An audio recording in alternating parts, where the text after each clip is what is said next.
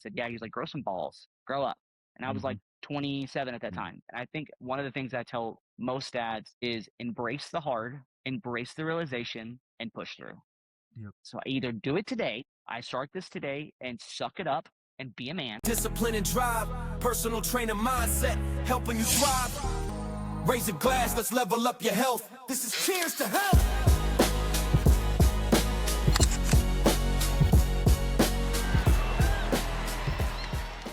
To another episode of Cheers to Health. Of course, you got to have me, Brian, that bad man with the crazy hair, Torres. And of course, I got to have my co-host, Omar Torres. Let's go. And today we've got a special guest, ladies and gentlemen. So, Omar, if you wouldn't mind doing us the honors of introducing our guest today. Yeah, dude. This guy, he is a father. He is a pastor. He is a coach. He coaches dads who, might be struggling a little bit with the discipline side. But you know what? We got this dude right here to kind of get them in line, help them get their better choices in. But anyways, I'll step aside and let him talk about it. Hey, Frankie, tell What's us up, about guys? yourself. Yeah. Yeah, man. So my name is Frankie. I'm 32 years old. I'm a dad of 4 girls. I have a 7-year-old, a 5-year-old, a 3-year-old, and a 5-month-old. My wife and I have been together 15 years. Been married for 10. I'm a pastor, so I've been pastoring for almost 10 years. I pastor a group of young adults from the ages of 18 to 30. And the way that I pastor people is I like to think, what did I need to know 10 years ago that would help me get better in my life and obviously better in the word of the Lord and better with the Lord. And so I've been doing that. I've been coaching people for about 5 years now, secretly. And it hasn't really been until probably about 6 months ago that I realized that I wanted to take this thing a little further. And so my main thing is I see a lot of stagnant dads in our world, especially in the United States of America. You can't drop a penny without hitting a dad that's a beta dad, that's letting his wife lead his home. His kids are not structured. And sadly, that's just kind of how our generation is raising. I can't raise my kids the way that I was raised, sadly. And so I just started noticing how undisciplined dads are and how beta dads are. And so my whole heartbeat is to help dads realize that you can be disciplined, you can be consistent, you can wake up at 4 o'clock in the morning and take care of your business. You can spend some time for yourself so you can give your kids and your wife all the time that they deserve. You can do these things. You just have to understand there's 5 different levels of that. And so that's what I do. That's awesome. Yeah. So I know Brian's usually spot on with, the beta genre. That's where he lines himself up with usually. But what specifically do you see that stands out with dads that you categorize them as beta dads? Yeah. You can, man, how do I want to answer this kindly? No, yeah, I gotcha. um, if you look at how modern history is built, back in the 15, 16, 1700s, dads were their jobs, their husbands were their jobs were to lead and feed their families. And so a lot of times dads would be gone for weeks at a time to hunt for food and to gather supplies. And they would come back and their families would have, their wives and their children would have sustained on what they had. Now you look at what our life looks nowadays is you have more dads that working, wives are making more money than their husbands are, which honestly I don't necessarily disagree with. It depends on the field of study that they took on, and that's just the choice of the party. But you have a Yep. lot of dads that are sitting on their butt playing video games. They're more worried about their hobbies, and you wonder why there's so many divorces going on. You wonder why so many kids are living a life of stagnancy or not really having a father. And you wonder why. I mean, you look at society and you see how the world is running right now, and you can't blame the world on the government. You can't blame the world on politics. You can't blame the world on media. You have to blame the world on who is leading it. And in mass society, it's men. Men are leading this world. Men are leading the United States. Men are leading their homes. And if a man cannot lead their home, then how can they expect to lead in the field of study that they're in or in society in general? And so I was one of those men. I didn't have a job for a season. I was depressed. I was lazy. I considered myself. I called myself a bum. That's kind of the identity I took on, and it took a conversation with somebody. I got in a truck with somebody, and we're conversating, and he was like, "Can I be honest with you?" I said, "Yeah." He was like, "Grow some balls, grow up." And I was like 27 at that time, and I was like, "Dang, I just need to grow up." And so I kind of Yeah. kind of took a census of my life and of where I was, and I looked at things and I was like, man, like my wife is leading this home, and that's not her job. My kids don't have the best of me, and that they need that. And so I took it seriously. And then when you get in the space of you take it seriously and you kind of isolate yourself in that season, you begin to look around and you see, man, he's doing the same thing. He's doing the same thing. He's doing the same thing. He's doing the same thing. It's really easy to recognize patterns whenever you lived in a pattern yourself. And so, my job is what I really value is I'm not trying to beat men up, but I'm trying to call men higher and help them realize that, man, if you want your children to value you as their father when they're older, if you want your children to especially dads of daughters, if you want your daughter to find a high value man, and I don't just mean financially, I don't mean just physically, I mean mentally and spiritually. You want your daughter to find a man that's going to take care of her in all shape, form, or fashions, then you have to be that man first, because you are initially that man first. She is technically, you are leading her through her childhood. She's going to look for you at one shape, form, fashion. And you see all these females, all these women nowadays that are selling themselves on the internet, or that are, jumping around in beds or whatever the case is. And you wonder why. And the reality is, I guarantee you, most of them didn't have a dad. And it's sad to say that, but I guarantee you, most of them, they don't value themselves because they had no one to value them first. There's a difference of a mom valuing you and a dad of mom nurtures athletes. So the way that I see my daughters is I for ability at a level so that they know, hey, this is how a man is a woman. This is how a man is a career woman. This is how a man is a career woman. And that's the way I look at it too, is the value that you put in towards your kids, the way that you lead the household, or, it's a teamwork when it's like you and your wife. But there's gotta be a leader in that aspect of which direction are we going with the kids, discipline and all that stuff. And yeah, that's where, yeah, there is that point where the dude has to step up and be like, hey, it has to be done. If it doesn't happen, Right. then, because yeah, like you're saying, there's different approaches that the mom can have and a dad can have. A mom's gonna be a little bit more gentle, they're more nurturing. The dad is like, hey, tough love. I still love you, Right. but this has to be done. And I like the aspect of what you were saying is your daughters will have somebody that is in that caliber, like pretty much where you're at. They want to see that example of a good man. So Right. hopefully that's where they'll go towards, rather than, I didn't have a dad in my life. I don't know what to look for. Or my Absolutely. dad just, sat around, did nothing. So I don't know. I don't have a target. I don't have just somebody to look at and be like, oh, that's the guy. So that's what kind of dads like we all ain't. Well, most of us that want to be a great dad aim Yeah. for is to be Yeah. a good example overall. But that's awesome that you get people and you get them, you give them like an awakening, like, hey man, get it together. Like, dude, Right. you got to step up here. Cause like I said, it's teamwork with you and your wife, but there's times where one side gets overwhelmed and then the other side has to step up. You know what I mean? Right. It's a partnership. I mean, no Yeah. matter what you do, it's a partnership. I mean, you can't. This is not. This is not a who's better. This is not a Yeah. who can do this better. It's the fact of like you as a team, you're going to lead in a way. But for like my home is a focus on, as for me and my house, we're going to serve the Lord. And so, I have a role, my wife has a role, my kids have a role, but ultimately we're under one role and we are under one authority, and that's the Lord. And so, there's different situations where if there's a decision that needs to be made, ultimately I'm going to make that decision, but I'm not going to do that without wise counsel. And my wise counsel is number one, the Lord, and I'm going to conversate with my wife about what I feel like needs to happen. Now, it's her responsibility to follow wherever I go, but I'm not going to do that I'm not going to just make some blind decision and say, oh, by the way, this is what we're going to do, and you're going to have to come along with me. That's not the way that things works. It's more of the fact of like, hey, here's what I feel like needs to happen. What is your concerns? What are your conversational points in this? What do you feel like needs to happen? What do you feel like doesn't need to happen? How can we make this happen? And how can we not make this happen? Because that is a mentality of a leader.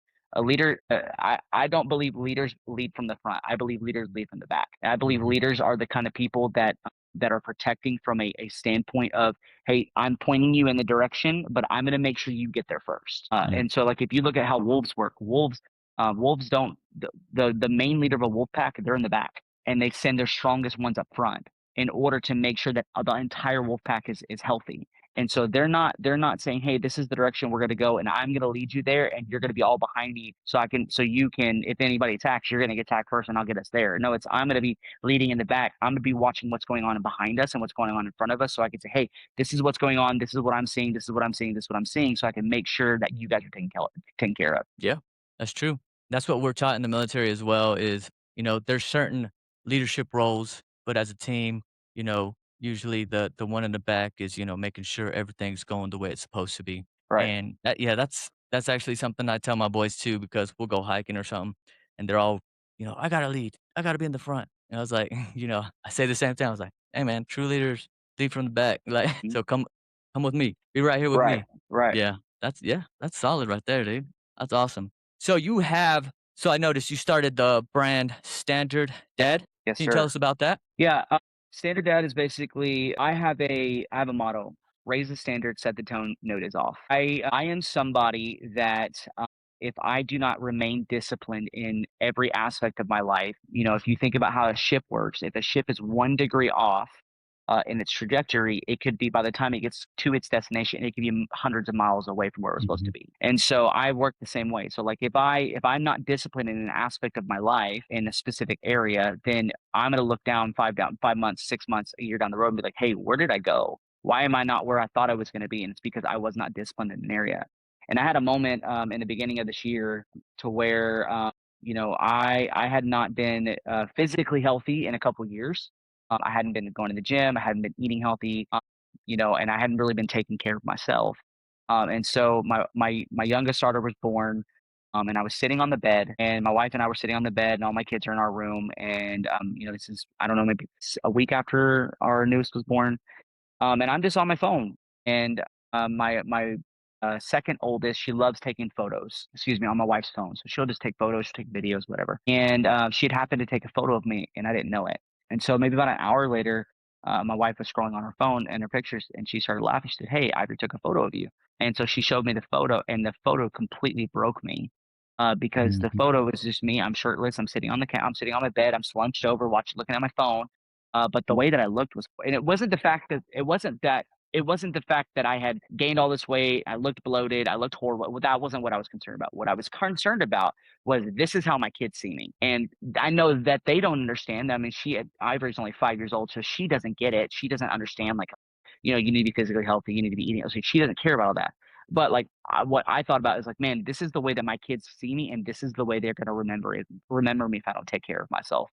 And so that kicked Mhm. a fire under me of, man, I have to create new disciplines within myself. And so I started this thing of what I call the Standard Five. And the Standard Five is identity, alignment, fuel, performance, and leadership. And so I basically created this whole program on there's 5 different aspects of your life that you need to create disciplines in that will in fact create a trajectory for you that in a year down the road, you won't even recognize who you are. And so I created this whole coaching program around that. And what I do is I take dads through a 90-day program to where we go through these standards. And so we do a once a month coaching session, a group session, and then I do weekly sessions with everyone.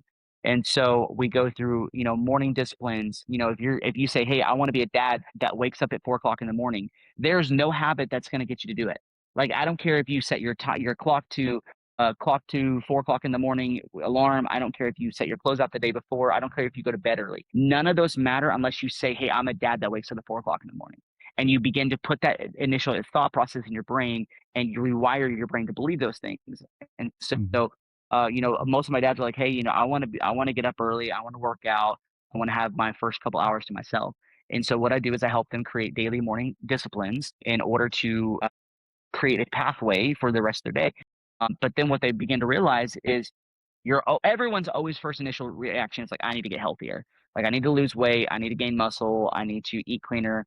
All those things are great. But once you begin to do those things, you begin to recognize other areas in your life. Like, man, I'm sucking at this. I'm slow down at this. Like, I need to do better here. I need to do better here. I need to do better here. And it all becomes from the one discipline becoming into multiple disciplines. And so we start with this. And then what happens, like, usually about 25 to 30 days in, dads are like, hey, I'm recognizing this. I'm recognizing this pattern. I'm recognizing I'm doing this. I'm recognizing this habit. How do I fix these things? And I'm like, okay, well, here's the next standard that we're going to begin to build. Okay, you begin to understand your identity. Well, now we need to work on alignment. Okay, well now, hey, I've been eating cleaner. I've been drinking water. I've been taking my electrolytes. I've been taking my creatine. I've been taking my vitamins. Great. Now you're fueling yourself correctly, but what does your performance look like? Well, I'm still feeling kind of sluggish in the gym. Okay, well, are you eating correctly? Let's create your meal plan. Usually this is about 25 to 30 days in. Let's create your meal plan. Hey, awesome. And then it's like, okay, well, I'm going to the gym. I'm fueled really well. I'm doing my daily disciplines, but my wife doesn't even want to look at me because she's frustrated because I've been doing this, this, and this. Okay, well, let's begin to start working on some patterns with the wife so then she can recognize that, hey, not only you're taking care of yourself, but you're taking care of your kids and take care of her. And so by 90 days in, they've created this entire pathway on this brand new identity of themselves of like, man, I'm somebody that gets up every single morning, whether I work or not. I'm eating clean. I have a year program on what I'm going to eat, what I'm going to drink, all of my calories, all my macros to the exact gram. I'm going to the gym. This is my workout program. These are the things I'm doing with my kids on a daily basis to make sure that they're taken care of, to make sure that their father is present. And I'm now working on these 6 different things with my wife to make sure that, we're actually in love again. We're having a great sex life. We're having a great, we're best friends again. We're going on date nights. We're doing all these things because then your family's taken care of. Then you're looking back and you're thinking, wow, I've really created standards that now I can begin to teach my kids so they don't embody my bad behaviors. Absolutely. Yeah, I like that because it's not something that, you just jump in and it fixes everything. There's Right, steps to it. And that's the right, way that people, succeed is right, taking those small steps to, get to that end goal. And that's something that we talk about a lot as well is, we can't just jump in the gym and expect to see the results, or we can't jump in guns a blazing and, Mm. expect to come back doing the same thing, especially as we get right. older. So I like that the way that you have it where people, really notice what they're doing and take action for those discrepancies that they might be having throughout the day. And dude, that's awesome. Because then, Yeah, yeah, man. you'll see those results if you stick with it and you do what you're supposed to. Damn, that's what I'm talking about, Frankie. Yeah, that's awesome. And so, if somebody is interested in, joining that thing or trying to see that program out, how can they get that? Yeah, so if they want to just follow me on Instagram, which Okay. is just Frankie.Maruzzi, and then they can just message me standard. And basically what I'll do is I'll go on a one-on-one session with them. I figure out kind of just their story, their background, and I only charge $100 a month. You know why? Because the main thing is a lot of coaches out there, and I don't blame them for this because a lot of them are using it as their main financial source of income. But I'm more worried about people than I am more money. I'm more worried about taking care of people than I am filling my bank account. And Mhm. so my thought process is, I do this for less than a cup of coffee a day because the reality is I would rather have you forever than have you for 90 days. Because what I do afterwards is after we go through the 90 days is I put you within a brotherhood of where you're walking life with other brothers that are gone with the same thing. And then we still do once a month coaching sessions where let's say you're 6 months in, you're like, hey, I've lost the 50 pounds that I want to lose, and I look lanky and I look skinny. I'm ready to gain muscle. Well, boom, we're gonna start a whole new program where we're gonna help you build muscle. We're gonna go Mhm. through a rebuild session for the next 6 to 8 weeks where here's a fix on your calories, here's a fix on your macros, here's a fix on your food. But hey, but let's kind of tune back for a second. What are your standards looking like? Well, I've kind of slacked here a little bit. I've slacked here a little bit. Well, hey, let's begin to rework those things because what you're not noticing is that when you slack here, you're pulling somewhere. So if you're not pulling here, you're losing strength there. And so you're not doing your daily disciplines. Well, how frustrated have you been lately? Well, I've actually been yelling at my kids more. Well, how do you feel like that's making your wife feel that now you're yelling at your kids again? You told her you wouldn't do it again, and you started doing it again because you've been lacking over here. And so, like, Yep. I'm a person that really believes that disciplines, if not focused on every day, you're going to lose. And so, people say that habits take about 28 days to gain, but habits are really quickly lost. You can lose a habit very quickly. You jump on a bandwagon again, you jump on a old habit again, and you're gone down the same route. That's why, I've seen so many people, especially people that I even know that got clean up drugs for years. And, they got around it one time 6 years later and they started being doing drugs again. Why? It's because Yeah. they didn't recognize a pattern and they didn't recognize a habit coming back up within them, and they weren't focused on their disciplines, and so they went down that route again, or somebody like myself, I used to call myself a yo-yo. And so, I would lose all the weight that I wanted to lose, and I'd be like, "Oh, man, it's been a little bit since I've had some pizza. I'll go get me some pizza." I'm like, "Yeah, it's a little bit since I've been able to eat out with my friends." And then I look down the road, 3 months, I've gained all my weight back, and I get frustrated. I'm like, "Well, crap, I've regained all my weight back, and then it takes me 5 years to take it back off." And so it's one of those things, like, if I'm not constantly focused on it, then I'm most likely going to lose it again. Mhm. Yeah. No, yeah, yeah, that's awesome. Cause that is a big thing that a lot of people, they will get in that habit or that routine, but as soon as one thing goes off, then another thing, and it just keeps going the wrong trend, and then you're back Right. at it. That's true. That's true. So, as a pastor, what made you go on that journey? Yeah. So I got saved in 2011, and I got called to ministry in 2013. And so what that looked like, I was 18 years old. No, I actually called ministry in 2012. And so I was about 19 years old. I felt like I had a calling on my life to pastor. But it wasn't until 2016 until I stepped into ministry. And so, my biggest thing is I just care about people. We have a world that is full of salesmen, full of people that just want to make a quick dollar instead of actually caring about who they're taking care of. And we're all people. At the end of the day, I live a normal life. I have to take care of. I got food to put on the table. I got a house to take care of. I got to take care of my wife. I got to take care of my kids, and I'm just a person. And so if nobody cares about me, if nobody's checking in with me, if nobody's following up with me, and I feel like I'm alone, then most likely I'm alone. And so, like, we Mhm. have so many people in this world that are struggling with depression. We have so many people that are struggling with anxiety, and our first fix is like, hey, get on medication. Take this pill, do this, do that, go see a therapist, and all those things are good in the right lane. But how about you just have a conversation with somebody? And so, my big thing is as a pastor, not only am I taking people through a journey with learning their faith, and not only am I taking people through a journey of understanding the Bible, and not only am I taking through a journey on encountering God, but I'm also taking them through a journey of, hey, I'm what I consider under shepherd. And so I'm taking care of you in a way. I'm loving on you in a way. I'm conversating with you. I'm walking with you in life, because I think about, when I was 13, 14, 15 years old, I didn't have anybody. I had nobody. I had a Mhm. family that didn't, that wasn't really there. Didn't have a dad that really cared about me. He was there, but he wasn't there at the same time, and I didn't have anybody. And I think back to whenever I finally joined a youth ministry and thought about the people that actually, checked on me every single week, or checked on me daily, and, hey, let's go eat lunch. Let's go. I want to go to your baseball games. I want to go hang out. And I think, man, like, how many people actually need that are adults, that are young adults, that actually need that care. And so it's something I've been doing for 10 years. I don't see myself ever stopping, and I will continue until the Lord tells me not to. What are some of the biggest issues that you see amongst the young kids that they need help with to help them, pass through some obstacles? What are like some of the biggest struggles that they have these days? Uh, I would say right now the number one pattern I'm seeing is nobody wants to do hard things. So if you think about how we were raised, we didn't have cell phones in front of our faces. If you think about how we were raised, I mean,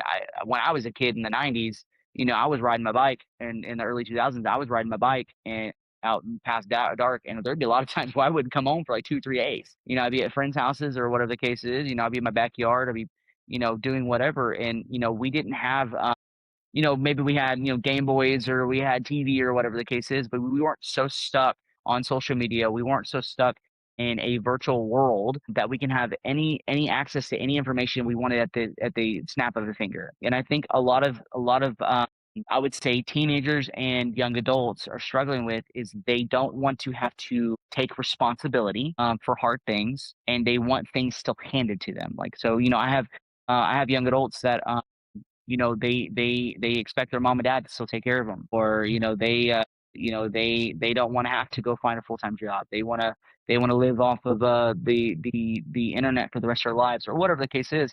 And I think it's created so much anxiety in this generation. I think it's created so much fear in this generation, that's where the stagnancy is coming from. Is, why would I, when I'm just going to be let down? Why would I want to do hard things? And Mhm. so, there's not many, how would I say that? There is a huge gap in the idea of growth. You know, I don't like classifying this generation lazy. I don't like classifying this generation, entitled.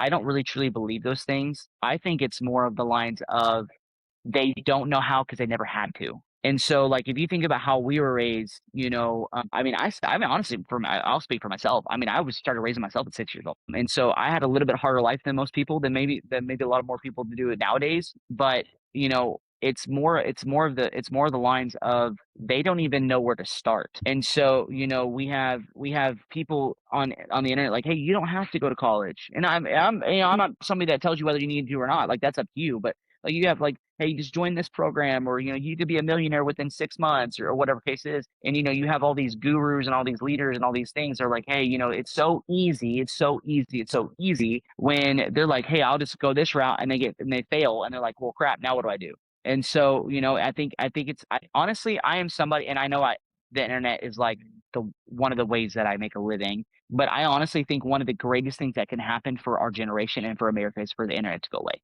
If social media were to completely disappear tomorrow, I honestly think our world would lose its mind. Number one, I think we would have a complete fallout. But I honestly think if we rebuilt, it would be the best thing that ever happened to us. I don't think it's the number one reason that we have such a lack in leadership within our culture. But I think it's a really, really, really close second. And so I think if I can go back to when I was I started spent 12 years in our culture. I think that we have a lot of growth that can happen because of the internet. But I think it's creating robots and people. I think it's creating ghosts and people. And like we have this new thing that's probably gone on for maybe like the last 3 years, doom scrolling. Like that's killing people's Mhm. brains. Mhm. And I mean, I'm one of them. You know what I mean? Like I'll sit there and scroll on Instagram myself. I can't speak just for everybody, not say it's me too, but I think that's a huge lack in our generation, especially in Gen Z and Gen Alpha and Gen Beta, is if there's not some kind of remedy coming soon, like our culture is going to completely fall apart. And we have such a lack in leadership because our eyes are on the wrong thing. And so, there's a bazillion different ways that we can take this. There's a bazillion different ways that bazillion different things that we can do for this. But I think it's just a lack of leadership Yeah. and accountability. Oh, yeah.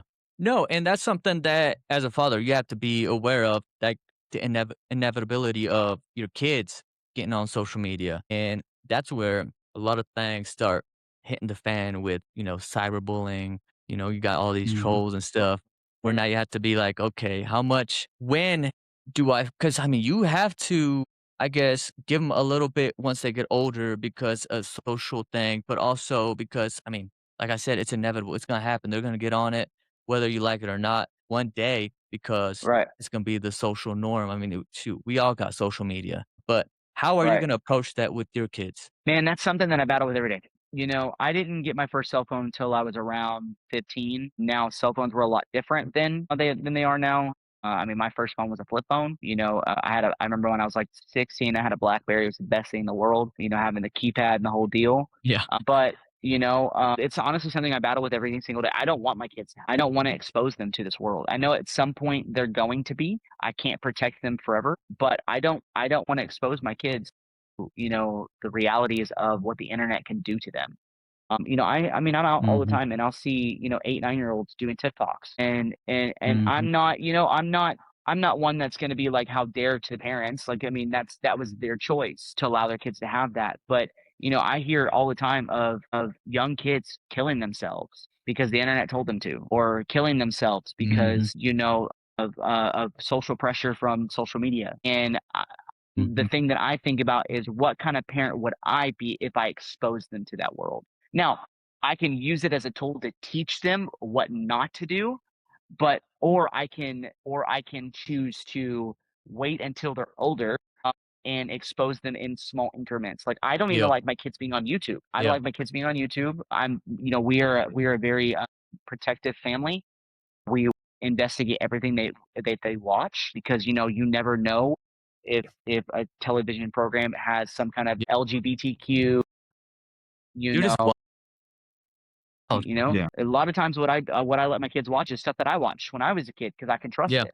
Yeah. I don't really like any of the new stuff. Any movies that I always investigate before I let them watch them. And I know that they don't understand. They're always like, "Daddy, why can't we watch this?" And it's hard for me to explain to them. But it's just one of those things of one day they will understand. And so I don't know when I'm going to give them phones. Yeah. I don't know when I'm going to expose them to that world. But I don't. But I hope they never have to. I hope by the time that they're older, social media will be done with. I don't think it's going to be. I think we're in the beginning stages of it. I feel like it's gonna go in a whole many different directions, especially with AI and the whole deal. But I think it's one of the biggest fears of fathers is, man, Mhm. I don't want my kids to even be in this world. I mean, you see, obviously it's mostly girls, and I say this as a girl dad, but you see all these young girls, 18, 19 years old, starting OnlyFans and Yeah. going on, exposing themselves. And I'm like, man, like, what That goes back happened?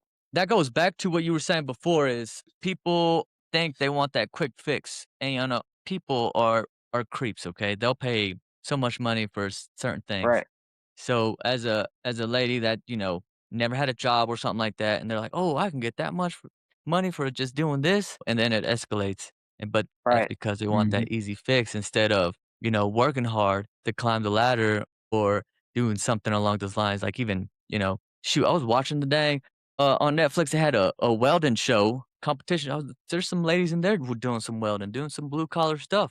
I mean, you can Mhm. do it, right, but that's again, you gotta put in the work, and that's right. what so what kinda things are you doing? Because I have a daughter as well, she's a little baby, but what kinda things are you doing to make sure I guess she goes towards that path of, working for it, you know what I mean? You gotta earn it. Like I tell my kids, I was like, "You gotta earn it, dude. You ain't just gonna get it. Like, this is not Right, how we work in this house. You gotta earn it." You know what I mean? right. So, Yeah, what kinda things do you do in your household? yeah. One of the things that my wife and I just started doing recently is my oldest, she's a really good reader. She's about step into second grade, and for kindergarten, she went to a very high level school within our district. Most of the kids that come out of that school, most of them go to TCU. And so, she was there for a year, but their main focus in that school was academics, obviously, but their main focus was reading. And so, my daughter, she excelled in reading, especially in her kindergarten year. And so, last year we stepped out. We went more to a hybrid program. I just don't trust public schools. I cannot trust public schools. And so my kids are homeschooled, half homeschooled, half within a Christian programming within our church. And she did really good with reading. And so one of the things we're doing throughout the summer is for every chapter book that she reads, she gains money. And, obviously she wants money because she wants to go to buy Barbie dolls. But I'm trying to help her understand, like, hey, you do something good, you get something good out of it. And so getting the opportunity to, excel in her reading and continue understanding that, gaining that muscle, building that muscle of reading and understanding words. Hey, if I read this chapter book, my dad's gonna give me $1. Or if I read this chapter book, my dad's gonna give me $5. Or if I read this chapter book, my dad's gonna give me $20. Whatever the case is, how much ever you choose. That's one of the things. Another thing that we do, and we have what we call a respect board. What a respect board is we have, and I can even send this to you, but we have 12 different boards or 12 different. It's like bingo. So imagine a bingo board, but one of them is like I'm trying to think. One of them is going to do something nice to your neighbor. One of them is, going to tell somebody something nice about them, and helping them understand, like, hey, we learn respect because my oldest one of the things my oldest is going through right now is she likes to back talk. She loves back talk. Back talking is her thing. I think she's going to be a lawyer because she's really good at it. She's really good at negotiation. That's just kind of her deal. And so, trying to teach her, hey, you don't get what you want by debating. You don't get what you want by back talking. You get what you want, or you get a Mhm. system of what you want by respect and understanding. And so that's where that respect board came from, was helping her, understand, like, hey, this is what it looks like to have respect for people. But another thing we're doing is, throughout the summer, we're letting them do lemonade stands so they can earn money. And then they have to do all the whole deal. They have to make the lemonade. They have to sell the lemonade. Obviously, I'm staying out there with them, but I don't do any of it. They have to build up their Yeah. lemonade stand.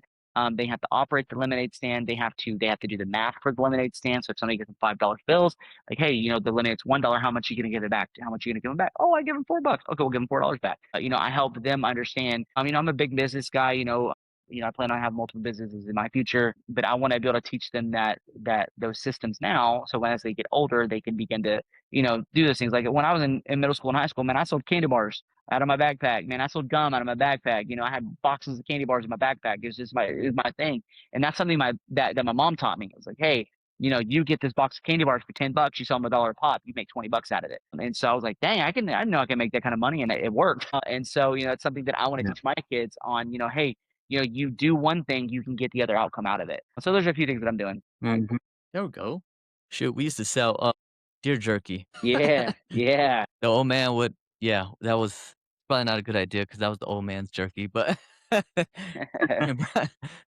hey, it was a popular thing, okay? It was in high It demand. was. No, but yeah, that's true though.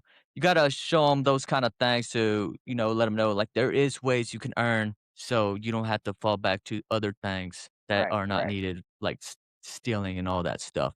Right. So yeah, for sure, earning and working hard for it. Because I mean, even doing the lemonade stand, shoot, I see there's kids out here and shoot, no matter what the weather is, they're out there hanging out. I don't know how long they're hanging out, but I feel like they're hanging out forever, ready for somebody to swoop up on some lemonade. No kidding.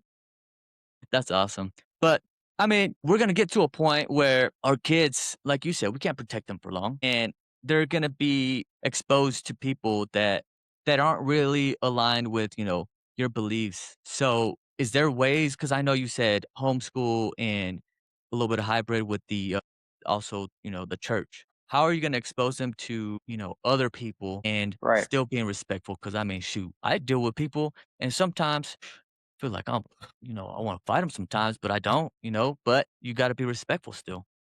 Right. Is I it think, something that yeah, I think that's a definitely, an interesting topic because, you can't keep them in a bubble. Yeah. As bad as you want to, I told my wife last night, I was like, man, I wish they were still so small, because we have a 5-month-old and she's just this bubbly little, just this ball of joy, can't walk, can't talk back. Like, you just wish they would stay little forever. And, I think, and I had a conversation with a mentor today, and I was like, man, to think about like 5 years, my oldest is 12 years old and she's going to be entering teenage years. She's going to be entering in defiance years. She's going to be entering and want to go hang out with friends and get Mhm, boyfriends and the Mhm. whole deal. And like I'm not ready for that stage, but I know that stage is coming. And so what am I going to do to prepare for that? I think a lot of dads is they wait till it happens and then they don't know what to do. And so that's where a lot of like the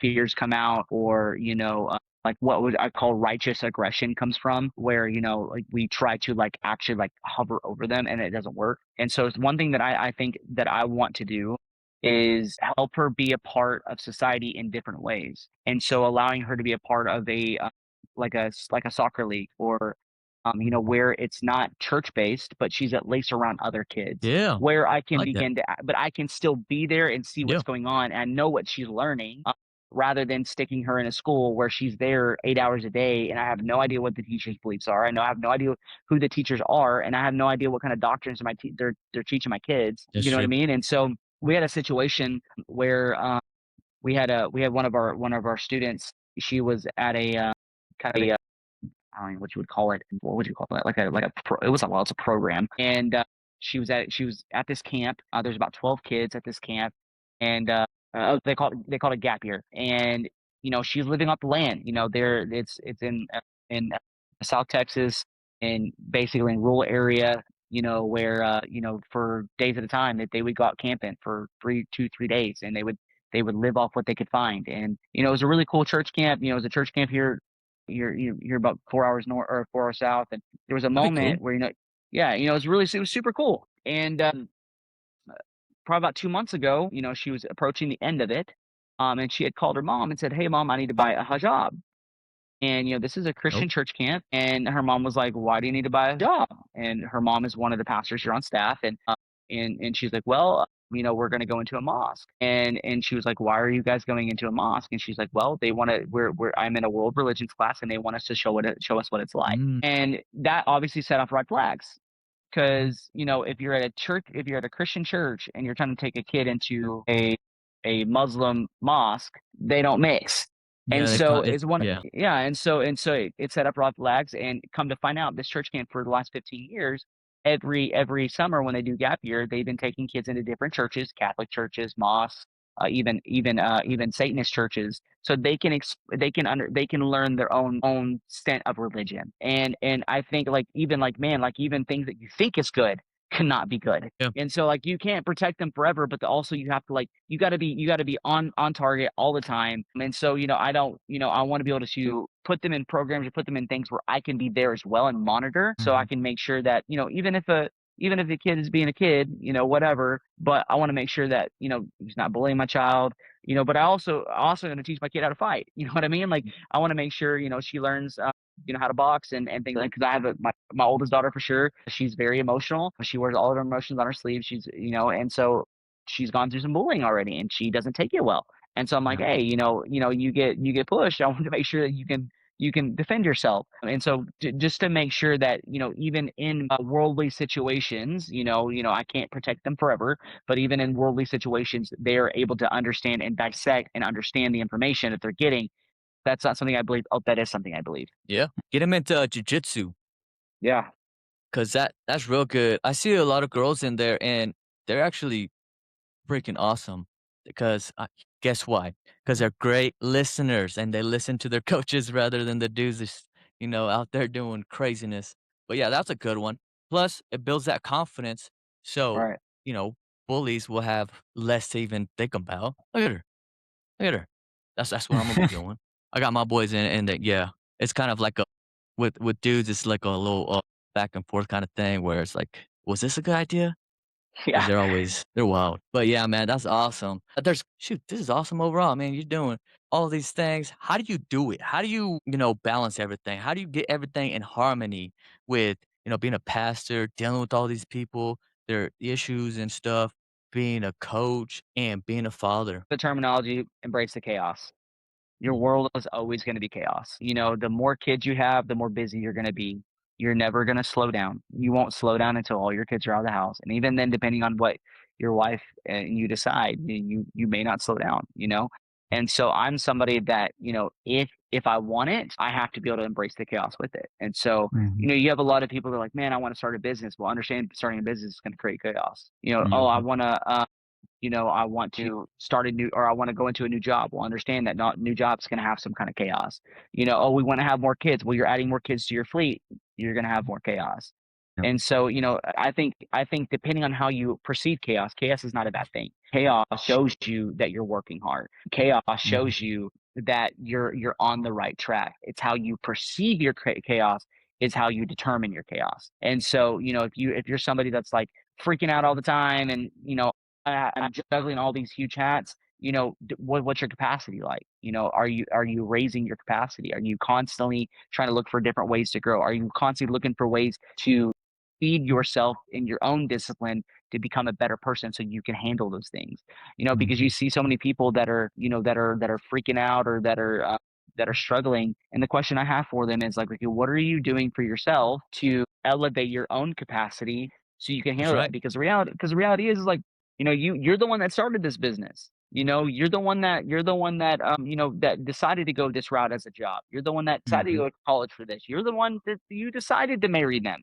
You decided to have 15 kids. Like, you decided these things. Now you have to live in that decision. You know what I mean? I have a friend of mine that lives in the Pacific Northwest. They have 21 kids, and they have 21 That's a good kids. one. Yeah, and not all of them are, they're a blended family, but most of them are theirs together. And I asked him one time. I said, "Dude, how do you do it?" He said, "It's the hardest thing I've ever had to do, but it's the easiest thing I've ever had to do. It's the hardest thing I've had to do because I have 21 kids to raise, but it's the easiest thing I've ever had to do because I realized that I'm the man of the house and it's my job to take care of them."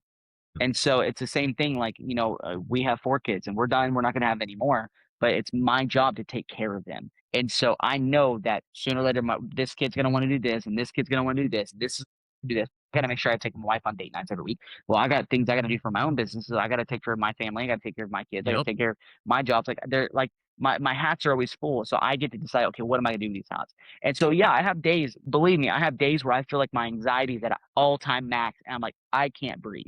But there's also have days like, man, like I feel good today.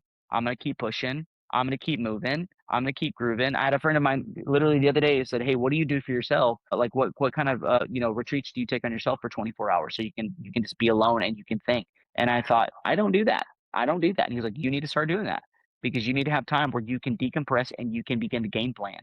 A lot of times that's what my morning is, and in my daily discipline is for the first 30 minutes of my morning, I'll slam 28 ounces of water and I'll sit on the couch with no music, no phone, usually no lights on, no book, no Bible, nothing. It's just me and my brain. And it's crazy what you will think about in 30 minutes when you Yeah. have no distractions. A lot of times what will happen is I will begin to dissect ideas that I've created in myself and, well, I got to get this done. I got to get this done. I get this done. And I'll stop and think, okay, this is how I'm going to do this. This is how I'm going to do this. This is how I'm going to do this. And then when I perceive into my morning, I write it all down. I'm going to do this. And then I get it all done. And it all Mm, comes down to like how you perceive it. And so I'm yeah. not perfect at it. I still have my mornings where I'm freaking out, or I still have my mornings where, I'm trying to get things done, but that's it. That's what your life is going to be. Just embrace the chaos. Yeah. There you go. That's true.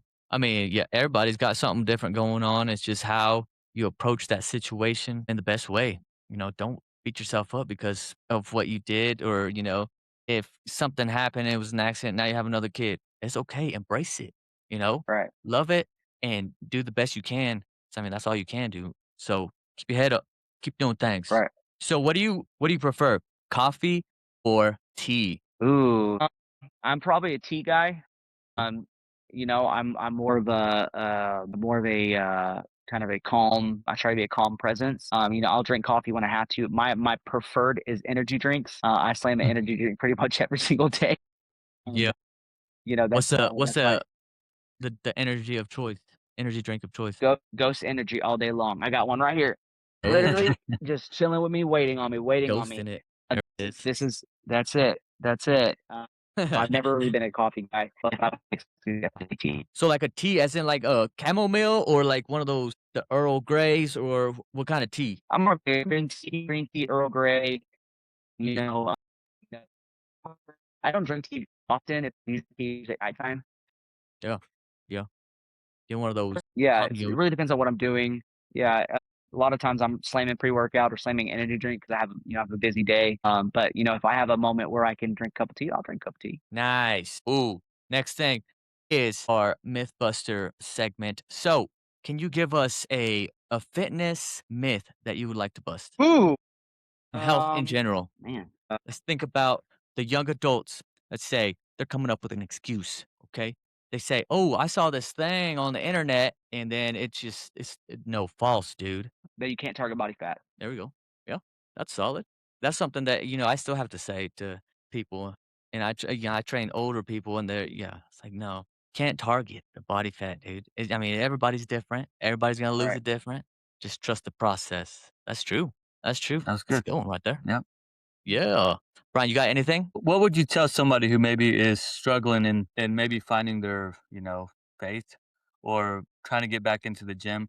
What's some kind of piece of advice that you would get them kind of like to make that step moving forward? I think one of the main things that I tell most dads, especially when they're looking for getting back in the gym, most of the times when they don't want, one of the main reasons they don't want to is because they're afraid of what they're going to have to do when they get there. And it's not even the working out in general. It's realizing how badly you've gotten. So like for like one of the things that I walked through when I started going back to the gym is I realized like, man, like I'm really out of shape. Like I can't even run on a treadmill for more than 30 seconds without I feel like I'm completely fall over dead, or I can't even bench press, what I did in high school, or I can't even, curl, whatever this is. And I think one of the things I tell most dads is embrace the hard, embrace the realization, and push through. Yep. And so you can't get there unless you start doing it. And so you have to make the decision that, hey, I am a guy that goes to the gym. I am somebody that reads my Bible. I am somebody that goes to church. You're going to have to walk through the hardness anyways. Because if you don't, in 3, 4 years, you're going to think the same exact thing and you just wasted 3, 4 years. Like there Mhm. was multiple times through the last 5 years where, I was like, man, I need to get healthy again. Like I need to lose weight. And I would begin to eat clean for maybe 2, 3, 4 days, and I'd be like, oh, this sucks. I don't want to do this anymore. Because what I realized is like I wanted something more. I wanted to eat bad. I wanted to, eat these things that weren't healthy for me. And so it was the fact like, okay, I'm gonna have to embrace the hard. I'm gonna have to eat the chicken and the rice. I'm gonna have to eat the ground beef. I'm gonna have to eat the vegetables. I'm gonna have to eat the oatmeal, even though I don't want to. But if I want to get somewhere, I'm gonna have to do it anyway. So I either do it today, I start this today and suck it up and be a man, or I wait 2, 3, 4 years, look down the road. I'm gonna be 36 at the time and think, man, like I look even worse, I feel even worse, and I've wasted all of this time when I could have already done it. Like I think there's been multiple times where I've thought throughout the last couple months where I thought, man, I could have done this 10 years ago. Yeah.